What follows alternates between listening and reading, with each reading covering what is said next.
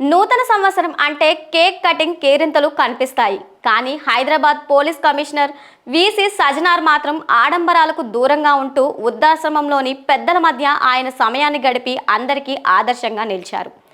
కార్ఖానాలోని RK foundation వృద్ధాశ్రమాన్ని సందర్శించి అక్కడ ఉన్న 48 మంది వృద్ధుల యోగక్షేమాలను అడిగి తెలుసుకున్నారు. అలాగే అనారోగ్యంతో బాధపడుతున్న సీనియర్ నటి పావలా శ్యామలను కూడా పరామర్శించి ఆమెకు ధైర్యం చెప్పారు. ఈ సందర్భంగా ఆయన మాట్లాడుతూ తల్లిదండ్రులను భారంగా భావించి వృద్ధ ఆశ్రమాలకు పరిమితం చేయవద్దని, వారికి కావలసింది పిల్లల ప్రేమేనని పలికారు. వృద్ధ ఆశ్రమాలు లేని సమాజం కోసం ప్రతి ఒక్కరూ బాధ్యతగా మెలగాలని పిలుపునిచ్చారు.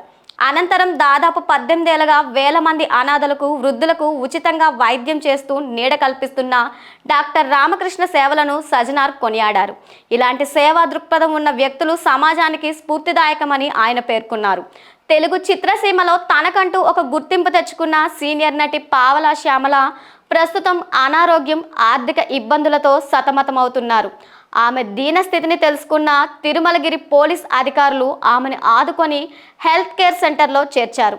ఈ సందర్భంగా కమిషనర్ సజ్జనార్ స్వయంగా ఆమెను పరామర్శించి ధైర్యం చెప్పారు.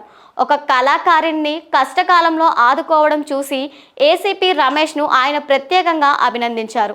మనల్ని పెంచి పెద్ద చేసిన తల్లిదండ్రులను భారంగా భావించి ఆశ్రమాల్లో వదిలేయడం సరికాదు అని, వారి సేవలోనే అసలైన దైవత్వం ఉంటుందని ఆయన తెలియజేశారు.